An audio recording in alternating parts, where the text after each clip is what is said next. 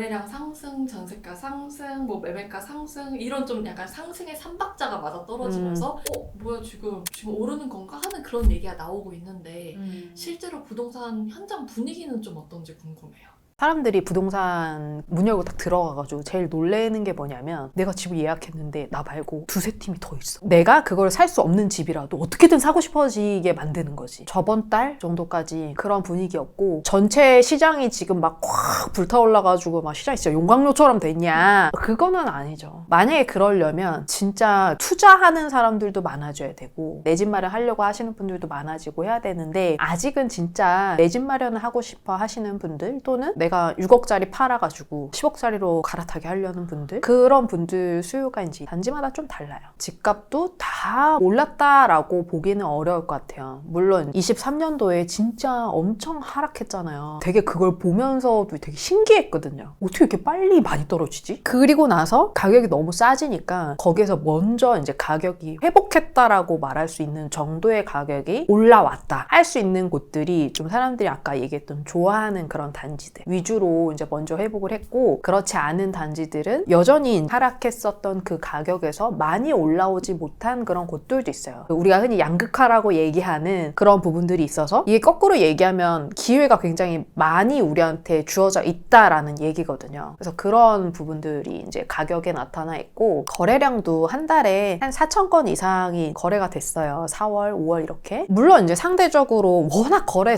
절벽이었으니까 그러니까 그때 대비해서는 거래가 좀 되었지만 장기적으로 봤을 때에는 아주 막 많은 수준의 그런 거래량이라고 보기는 좀 어려워요. 싸게 나온 물건들 위주로 지금 거래가 좀 되고 있다. 왜냐면 너무 안 됐으니까. 그런 정도의 시기라고 볼 수 있어요. 전세는요? 전세가 진짜 많이 올랐어요. 예를 들면 이런 식이에요. 그때 한참 하락할 때 새 아파트들이 전세가가 막 5억씩 했었거든요. 그러니까 5억을 했던 단지가 6억, 7억 정도까지 올라왔고 7억 전세 하던 곳들이 8억, 9억 정도 1년 사이. 그게 신축들이 주로 그렇게 올라오다 보니까 거기에서 이제 매매가도 그걸 못 버티잖아요. 이렇게 전세가 이렇게 올라오니까 매매가 전세보다 쌀 순 없잖아요. 사람들이 좋아하는 아파트들 특히. 그러다 보니까 매매가 이제 일부 좀 올랐죠. 한 1억 정도. 근데 구축가 아파트들도 지금은 이제 전세가가 올라오고 있어요. 5월 중순 정도부터 구축 전세가 올라온 게 그 앞자리가 바뀌는 것들이 나타나기 시작했어요. 그래서 급하게 뭔가 바뀌고 있다. 전체 시장이 그렇게 보기는 어렵지만 차근차근 지금 움직이고 있구나. 사실 제가 이런 얘기 하면은 좀 걱정되는 게 너무 다 오른 거 아니야? 라고 생각하고서 나 방향을 잃고 이렇게 포기하고 이럴까봐 좀 걱정이 되는 부분이 있는데 제가 아까 얘기한 것처럼 사람들이 되게 그런 선호하는 100개 중에 한 4, 5개 정도 아파트 외에는 나머지 96개의 아파트들은 아직도 기회를 엄청 주고 있다. 그리고 그런 기회들이 되게 좋아지고 있어요. 그래서 뭐 이런 아파트 있잖아요. 2006년, 2005년식 아파트들은 되게 좋은 게 뭐냐면 예를 들면 무슨 레미안 이렇게 쓴 아파트 있죠. 근데 2005년식 막 이런 아파트들 있잖아요. 그런 아파트들은 방 3개, 화장실 2개, 20평대도 그리고 딱 아파트 단지 들어간 바닥이 되게 깔끔하고 쾌적하고 정말 좋아요. 아, 나 여기 살고 싶고 사고 싶다라는 그런 느낌이 드는 단지들이 있거든요. 구축이지만 그런 단지들이 장점이 뭐냐면 사고 싶어 하는 건 좀 뒤늦게 올지라도 사람들이 살고 싶어 하기 때문에 전세 가격이 잘 올라와요. 그래서 매매 가격은 좀 더디 기회가 오는데 근데 전세가는 더 빨리 올라가. 그래서 진짜 소액으로 내가 투자를 서울에서 해보겠다 하시는 분들한테는 그런 곳들이 되게 기회를 많이 줄 수 있어요. 근데 사실 가격은 작년에 더 싼 거잖아요. 근데 왜 지금 기회라고 생각하시는 거예요?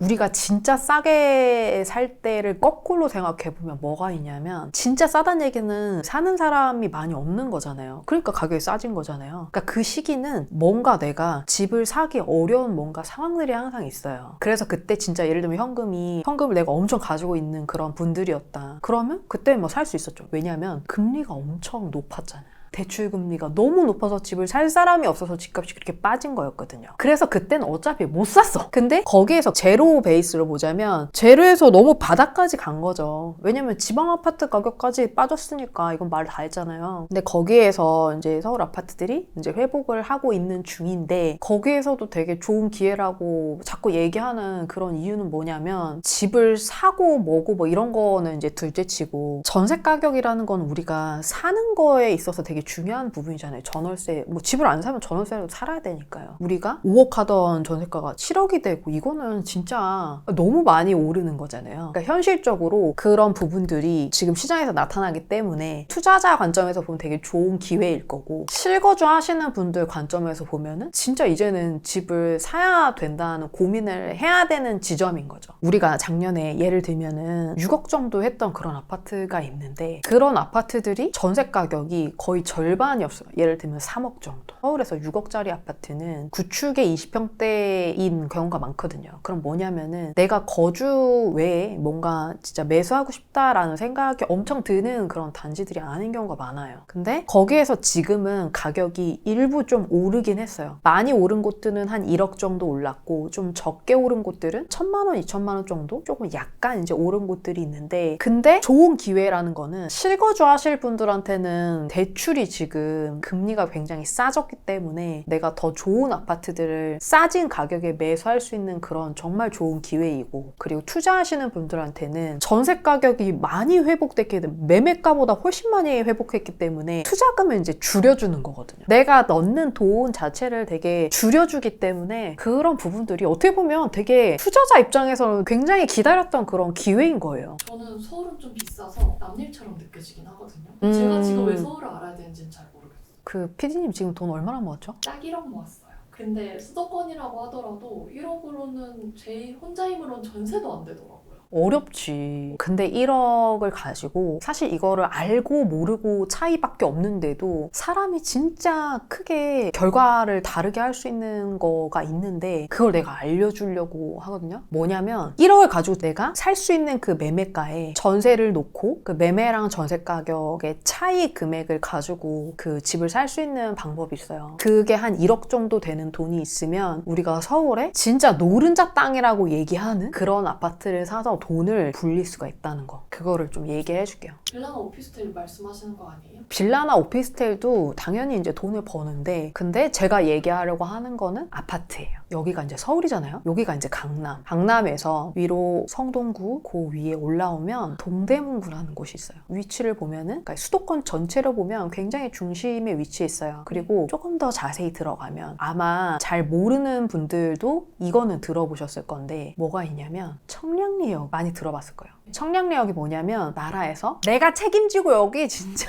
개발시킬게 라고 하고서 막 호재를 막 때려넣고 여기 진짜 좋아지게 만들게 각오해 하고서 이제 하고 있는 곳이 동대문이란 말이에요. 근데 여기뿐만이 아니라 이 위에 지금 새 아파트들이 이렇게 들어가고 있어요. 지금 여기도 지금 아파트 들어갈 예정이고, 이 아래도 새 아파트가 들어갈 예정이에요. 그러니까 이렇게 굉장히 개발이 많이 되고 있는 좋은 땅에 우리가 피같이 모은 그 1억, 그거를 서울 아파트에 투자를 해서 그걸 가지고 진짜 적어도 5억 이상의 그런 차익을 낼 수 있는 그런 아파트를 살 수 있다. 어디냐면 동대문구에서 여기 새 아파트들이 엄청 많이 들어가요. 다 합치면 한 10,000세대 정도가 들어갈 거예요. 여기가 원래 동네가 어떻게 생겼냐면 되게 따닥따닥 있고 거의 다 이제 빌라나 주택 위주로 되어 있는 그런 동네란 말이에요. 근데 저기가 진짜 좋은 브랜드 신축으로 다 들어가는 동네인데, 그 동네에 같이 다 있는 그런 아파트들 중에서 나름 브랜드를 달고 있는 그런 아파트가 있어요. 여기 실제로 가보면 그렇게 언덕도 아니면서 가격도 굉장히 괜찮은 30평, 연식도 나쁘지 않아요. 그래서 이런 아파트가 지금 한 1억 4천 정도 드는데, 이런 아파트들 특징이 뭐냐면 사람들이 아직은 관심을 많이 갖고 있진 않아요. 왠 줄 알아요? 여기 지금 다 공사판이거든. 공사판이라는 건 뭐냐면 여기서 먼지 날리고 그런 상태이기 때문에 별로 관심이 없어요. 근데 이런 아파트들이 기회를 줬을 때 내가 소액을 가지고 내가 열심히 모은 돈을 가지고 딱 돈을 넣어놓고 나서 이 주변이 좀 있으면 얼마 안 걸려요. 내년에 아파트들이 쫙 들어갈 거거든요. 그러고 나면 분위기가 완전히 바뀔 거예요. 그래서 지금 어떻게 보면은 소외됐다는 얘기는 그만큼 저평가되었다는 얘기가 되고, 그리고 그만큼 내 돈을 적게 들여서 서울 아파트를 살 수 있다라고 할 수 있는 그런 기회가 되는 거예요. 이게 30평대거든요. 7억대예요. 7억 2천에 전세가 5억 8천 정도에 나와 있어요. 그래서 지금 요 동네에 있는 30평대가 전세 가격이 6억 정도 해요. 그래서 그 정도에 우리가 전세를 놓는다라고 하면 예를 들어서 우리가 여기에서 조금 더 시간이 지나서 이 전세가가 6억 이상이 되면 근데도 만약에 가격이 좀 안 움직이고 있다. 7억 2천에서. 그러면 정말 1억 안쪽으로도 투자를 할 수 있게 되는 거죠. 저 근데 궁금한 게 옆에 막 새 아파트들이 생기면 제가 이 집을 만약에 산다고 했을 때 인기가 없어지는 거 아니에요? 그런 생각을 많이 합니다. 근데 진짜 그런 아파트들은 뭐냐면 그 집을 살 수 있는 사람이 한정돼 있는 그런 동네들이 그렇게 돼요. 예를 들면 지방의 소도시 10만, 20만 이렇게 살고 있는 도시들은 구축들이 좀 버려져요. 근데 서울에서도 노른자 땅이라고 하고 동네 주변에 굉장히 대학가도 많고 사실 수요가 많은 땅이란 말이에요. 게다가 역까지 가는 데 있어서도 오래 걸리지 않아요. 아까 그 아파트에서 그 1억 정도로 살 수 있는 그 서울 아파트 연식도 2001년식이란 말이에요. 근데 그 아파트에서 강남역까지 내가 출근을 하겠다라고 하면은 53분이 걸려요. 완전히 그 집에서 걸어가지고 가는 데까지 하는데 53분인 거예요. 1시간 이내에 갈 수 있는 그런 아파트인 거죠. 진짜 잘 보고 있다가 진짜 좋은 그런 물건을 잘 만나서 매수를 하면 진짜 내가 그걸로 정말 적어도 5억 이상의 그런 수익을 낼 수 있는 그런 투자를 할 수 있다라는 거를 좀 알고 있으면 아무래도 5년 뒤에 인생이 달라지겠죠.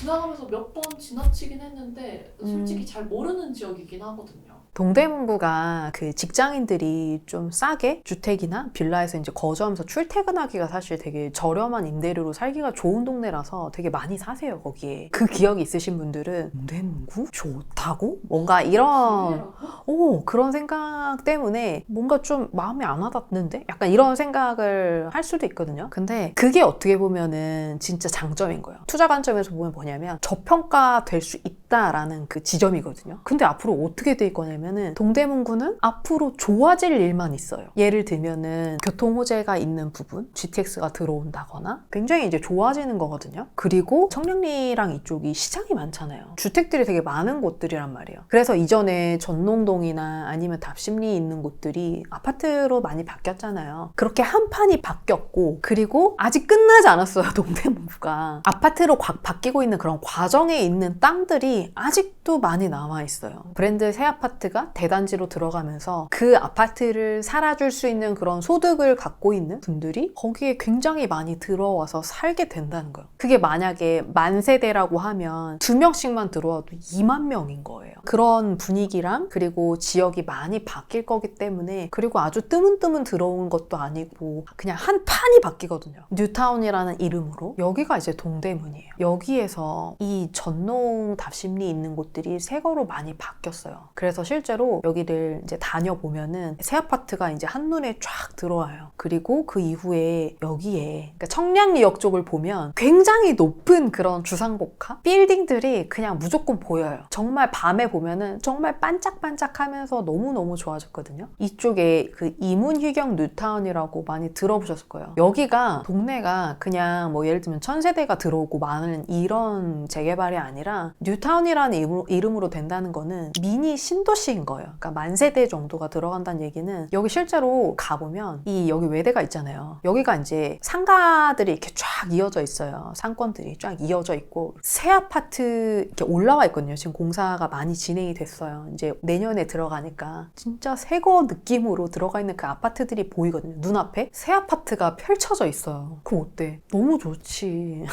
우리가 서울 아파트 지난 시장에서 진짜 많이 올랐다 하는 곳들의 특징이 뭐냐면 새 아파트고 새 아파트가 몰려있는 그게 교통이 조금 불편해도 새 거가 모여있다라고 하면 진짜 많이 올랐고 사람들이 너무너무 좋아했어요. 그게 시장이 별로 안 좋을 때는 왠지 아닌 것 같고 막 그런 생각이 들어요. 근데 그게 상승장이 되면은 나타나요. 이왕이면 신축을 사야 돼 하면서 신축 먼저 막 올라오고 이게 막 벌어진단 말이에요. 그런 사람들이 좋아하는 아파트들이 모여있는 그런 곳들이 동대문이기 때문에, 그리고 앞으로도 계속 그럴 예정이기 때문에, 그래서 서울에 여러 구들이 있지만 동대문구를 이야기를 하는 거고요. 그리고 돌아보면은 마포 있잖아요. 마포 진짜 좋아하잖아요 지금. 근데 마포가 어떻게 보면 좀 약점이 있어요. 예전에는 언덕에 주택가들이 막 있었기 때문에 진짜 잘 사는 동네, 또는 어떻게 보면 언덕에 있는 그런 달동네 느낌으로 사람들이 인식을 했었단 말이에요. 서울 중심에 있었다고 할지라도. 여기잖아요, 마포. 여기가 지금은 이렇게 새 아파트로 되어 있잖아요. 근데 과거에 어땠냐면 이런 동네였던 거예요. 그래서 이런 곳들이 새 아파트도 그냥 쬐끔쬐끔 들어가는 게 아니라 진짜 대단지로 브랜드 아파트로 들어갔잖아요. 그래서 마포가 20억 정도까지 가는 거예요, 아파트 가격이. 그 단지를 기준으로 봤을 때 서울에서 전체적으로 진짜 많이 올랐다라고 하는 그런 단지 중에 하나가 뭐가 있냐면, 이 마포에 염리상록이라는 아파트가 있어요. 여기가 어디냐면 마포의 새 아파트들로 둘러싸여 있는 구축 아파트예요, 지금은. 근데 예전엔 어땠겠어요? 그냥 주택 사이에 있는 아파트였던 거예요. 이 아파트가 97년식 아파트인데 이 단지가 20평대 위주로 되어 있어요. 그 얘기는 뭐냐면은 사람들은 사실 20평대, 30평대, 40평대 고르게 있는 그런 아파트를 좋아하거든요. 게다가 얘는 언덕에 있어요. 그러니까 사람들이 되게 별로 갖고 싶다라고 생각하는 그런 단지는 아니었겠죠. 그래서 이 아파트가 2억대였어. 경기도보다 쌌어요. 2억대였다가 이게 거의 7억 가까이 올랐거든요. 그래서 이제 거의 10억 가까이 찍었던 단지예요. 이렇게 저평가가 완전 되어 있다가 정말 많은 수익을 낸 그런 구축 아파트들이 서대문에도 있어요. 마포랑 서대문의 부가현이라는 곳이랑 둘 다 사실 비슷하게 이제 개발이 됐는데, 여기에 있는 이런 단지들도 구축 아파트고 20평대로만 되어 있는 아파트거든요. 얘도 2억대였던 단지였는데 이 아파트도 똑같아요. 9억 8천 가까이까지 갔어요. 이걸 뭔 얘기를 하고 싶은 거냐면, 동대문구에 있는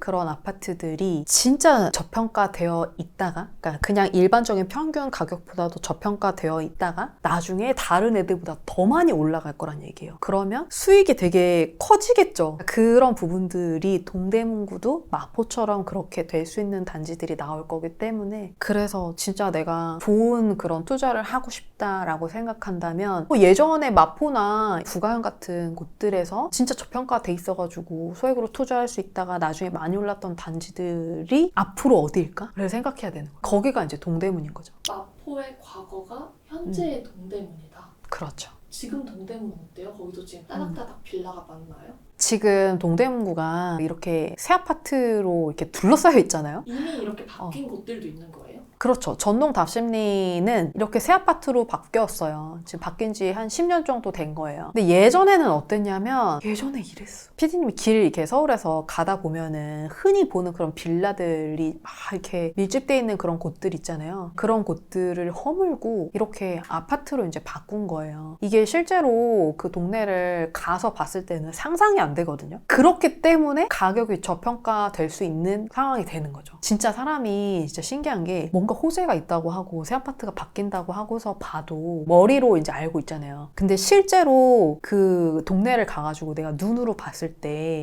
이걸 내가 갖고 싶다는 감정이 안 생기잖아요. 이 동네가 뭔가 바뀔까? 선택이 안 돼요. 행동으로까지가 옮겨지지가 않고, 그래서 그 돈을 넣기가 되게 어려운 거예요. 그래서 어떻게 선택하냐면 그냥 내가 그냥 하기 쉬운, 그냥 내가 해왔던 그런 선택들을 하게 되어 있어요. 예를 들면 내가 그냥 예금만 주로 넣어왔던 사람이면 예금에 그냥 넣어놓고, 아니면 그냥 내가 살던 곳, 그냥 익숙한 곳에 매수를 하거나 그런 선택을 하게 돼요. 이런 곳들은 진짜 용기를 내서 사야 되는 게 있기 때문에 눈에 안 보이는 그냥 좋아질 거라는 걸 가지고 우리가 돈을 넣고 시간을 기다리면서 봐야 되는 그런 곳이잖아요. 그래서 이거를 아는 게 진짜 중요해요. 알고 내 머릿속으로 얘가 과거에는 이랬고 앞으로 이렇게 될 거구나를 알아놔야 돼요. 그래서 동대문에 이미 좋아진 곳들 있잖아요. 전동 답심리를 가보고, 그리고 앞으로 좋아질 예정인 곳 있잖아요. 이제 빌라들이나 이런 곳들이 허물어질 곳, 거기를 가서 내가 상상을 하면서 봐야 돼요. 그렇게 하면서 준비를 하시는 게 되게 중요해요. 이거를 모두가 알고 있는 호재잖아요. 이미 그런 가격에 반영된 거 아니에요?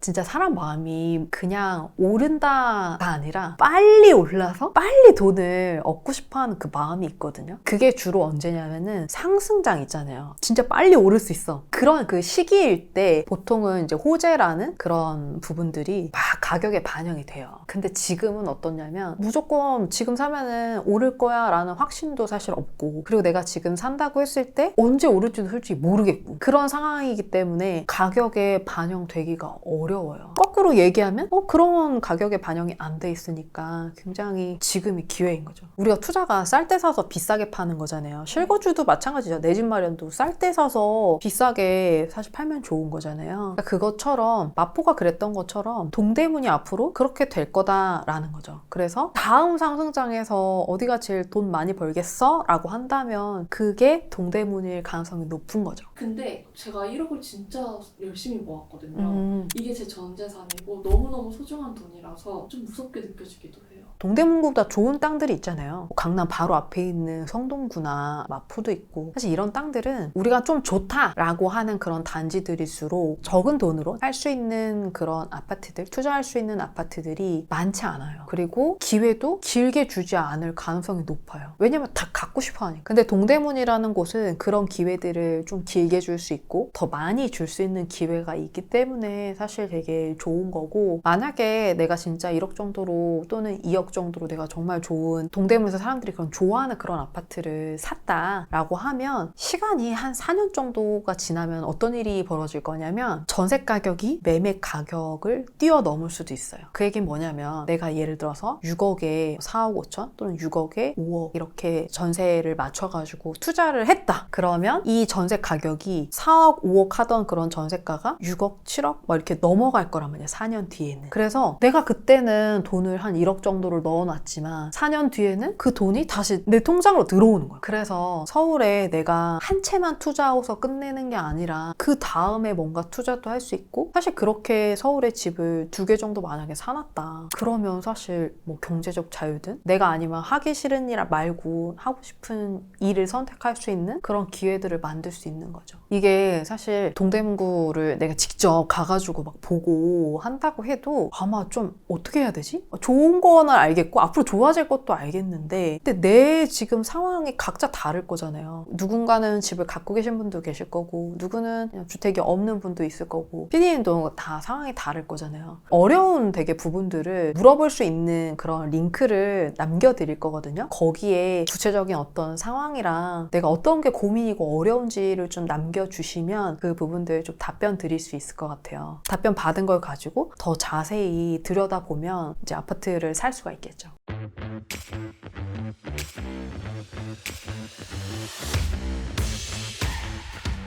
바다님 혹시 투자 몇 년도에 처음 시작하셨어요? 처음 제가 투자를 내가 진짜 공부를 하겠다라고 마음을 먹고 했던 거, 정말 열심히 했던 거는 2018년도였어요. 2018년이면 저도 그때 투자할 수 있으면 진짜 좋았을 것 같은데, 약간 상승장 초입 아니에요 그때가? 그때 무슨 일이 있었냐면은 그 어떤 지역에 사람들이 좀 좋다 하는 그런 단지들은 가격이 막 올랐었어요. 근데 좀 사람들 관심 없는, 좀 덜 좋다 100 중에 한 20은 올라갔고 80은 그냥 제자리인 그런 시기였거든요. 그러다가 갑자기 훈풍이 확 불더니 안 움직였던 단지들도 한 1억 정도가 오른 거예요. 이게 뭐지? 이렇게 해서 돈을 버는 건가? 하는 생각이 들던 시기가 2017, 18년도였어요. 그래서 그때 이제 시작한 거죠. 서울을 그때 안 샀고, 그때 누가 알려주는 사람이 있었다면 사실 서울에 집을 샀을 텐데, 아니 누가 알려줬어도 사실 샀을지 안 샀을지 잘 모르겠어요. 왜냐면 가격도 비쌌고 이런 식이었거든요. 제가 그때는 경기도에 집을 처음 샀어요. 어떻게 했냐면 경기도에 있는 집은 3억 6천 정도였고 서울에 있는 집은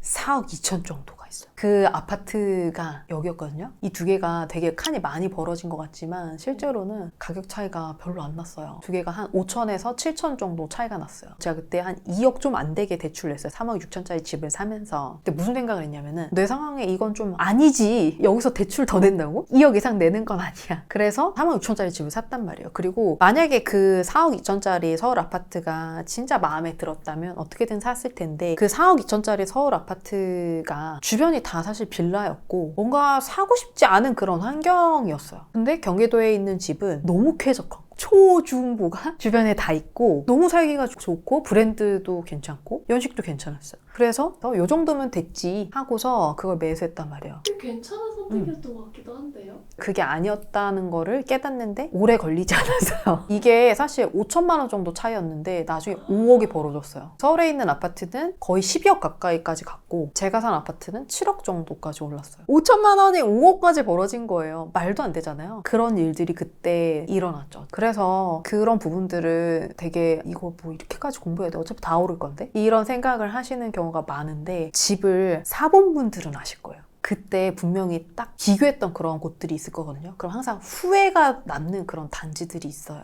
항상 베스트의 선택을 하신 건 아니거든요. 그러면 그게 막 뼈에 사무쳐요. 그래서 공부를 해야 되겠구나 라는 것들을 이제 이해를 하는데 그거를 빨리 깨달은 사람이 더 좋은 선택을 하게 돼 있어요. 그러니까 이렇게 알려주셨으니까 저 좀 유튜브 이 영상을 잘 돌려보면 되는 거 아니에요? 청량역에 도착하면 뭐부터 할 것 같아요? 잘 모르겠어요. 청량역이 좀 복잡해요. 거기가 노선이 되게 여러 개잖아요. 그러다 보니까 환승도 되게 많이 하고 사람도 진짜 많고 뭐 어디로 가야 돼? 되게 어려울 거예요. 그리고 청량역에서 가까스로 밖으로 나갔어도 몇 번 출구로 가야 되지? 뭐부터 봐야 되지? 너무 어려울 거란 말이에요. 저도 그랬어요. 저도 처음에 지역을 공부하러 딱 갔을 때 너무 막막한 거예요. 그냥 새 거는 좋은 것 같고 구축은 왠지 안 좋은 것 같고 아파트를 봤을 때 가격이 딱 매겨져 있는 것들은 네이버 부동산에서 보이지만 얘가 어떤 가치를 갖고 있는지는 사실 안 보이잖아요. 그게 너무 사실 어려웠어요. 근데 그거를 우리가 알려면 공부를 사실 해야 되는데 유튜브에서 그냥 본 것만 가지고 그거를 알기에는 사실 어려워요. 그래서 제가 하고 있는 강의에서 어디부터 어떻게 가야 돼? 그리고 거기에서 어떤 단지들이 어떤 가치를 갖고 있어서 만약에 산다면 이런 것부터 사야 되는구나. 이런 부분들을 얘기를 해드릴 거고 어떤 루트를 통해서 현장을 좀 보세요 라는 것들까지 얘기를 해드릴 거란 말이에요. 이 영상을 여기까지 보신 분들이면 진짜 내가 동대문에서 기회를 꼭 잡고 싶다 하는 분들일 거잖아요. 그러니까 그런 분들을 위해서 진짜 내가 어느 단지를 먼저 봐야 될지 어느 생활권, 어느 동네를 가야 진짜 기회를 쏙 잡을 수 있을지를 강의에서 알려드릴 거란 말이에요. 그런 부분 좀 들어보시면서 도움 받으시면 진짜 기회 잡는데 도움이 많이 되실 것 같아요.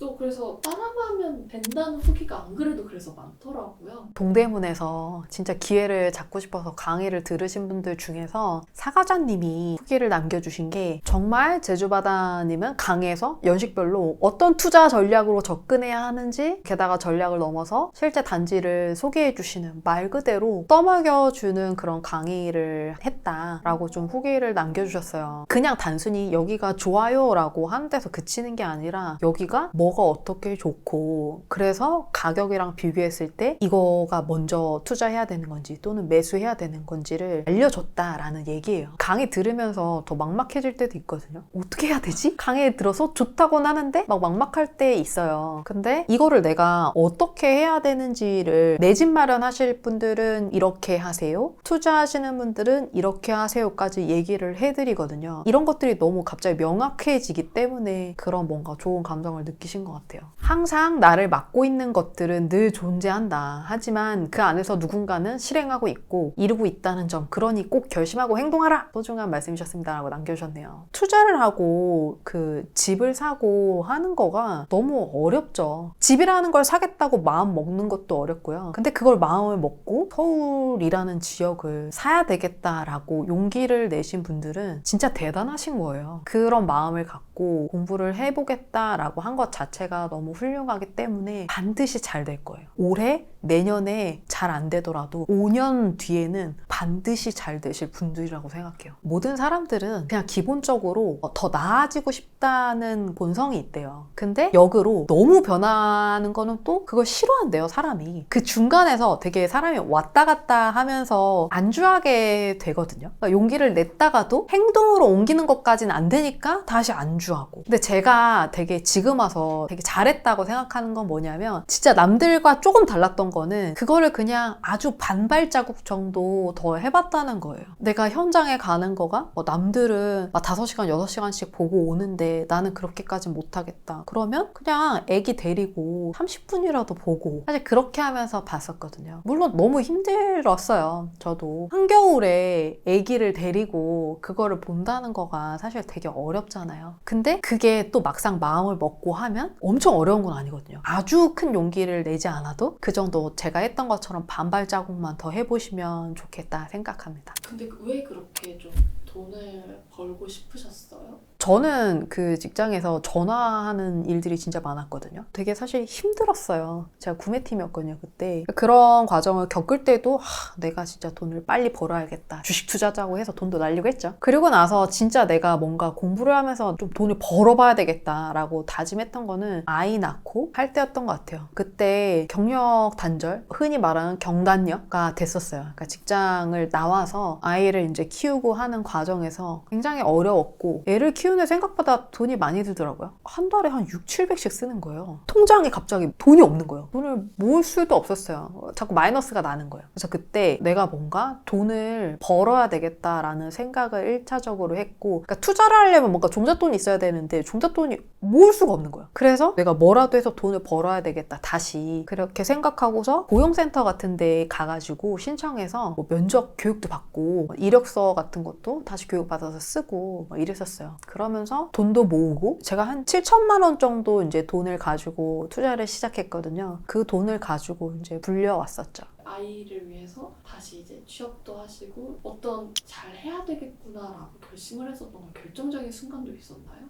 초등학교, 중학교 올라갈 때 이제 IMF가 왔었기 때문에 그때 저희 집이 완전 망했었어요. 너무너무 어려웠던 그 시기가 있었거든요. 우리 엄마 식당 가서 일하러 가고 갑자기 집에 계시던 엄마가. 그러니까 그런 것들을 내가 우리 애한테도 또 보여줘야 되지 않을까? 그러고 싶지 않은데 학원 가고 싶다, 과외 하고 싶다 이런 얘기조차 할 수 없는 그런 것들을 애한테 줘야 되지 않을까? 그러고 싶지 않다. 그런 생각을 하면서 투자를 하고 했던 것 같아요. 모든 투자가 사실 그런 것 같아요. 뭔가 자산을 취득해서 좋은 결과를 내는 거가 앞이 안 보여요. 이게 떨어질지 오를지 아무도 모르잖아요. 온전히 내 선택인 거예요. 진짜 어렵거든요. 제가 처음에 집을 샀던 게 27살인가 그랬어요. 부모님이랑 같이 살 집을 그때 샀었어요. 사회초년생인데 대출을 일으켜가지고 샀단 말이에요. 6천만 원인가 대출 일으켰어요. 제가 그때 용기를 냈었던 한마디가 뭐냐면은 사장님이 저한테 뭐라고 했냐면 아가씨 집은 다 주인이 있어. 이 집이 연이 닿은 거야. 그냥 해. 라고 얘기를 하시더라고요. 그래서 그때 그 한마디에 용기를 내서 집을 샀던 것 같아요. 처음에는 집을 사고 나서 그 집이 한 1,000, 2,000 정도가 이렇게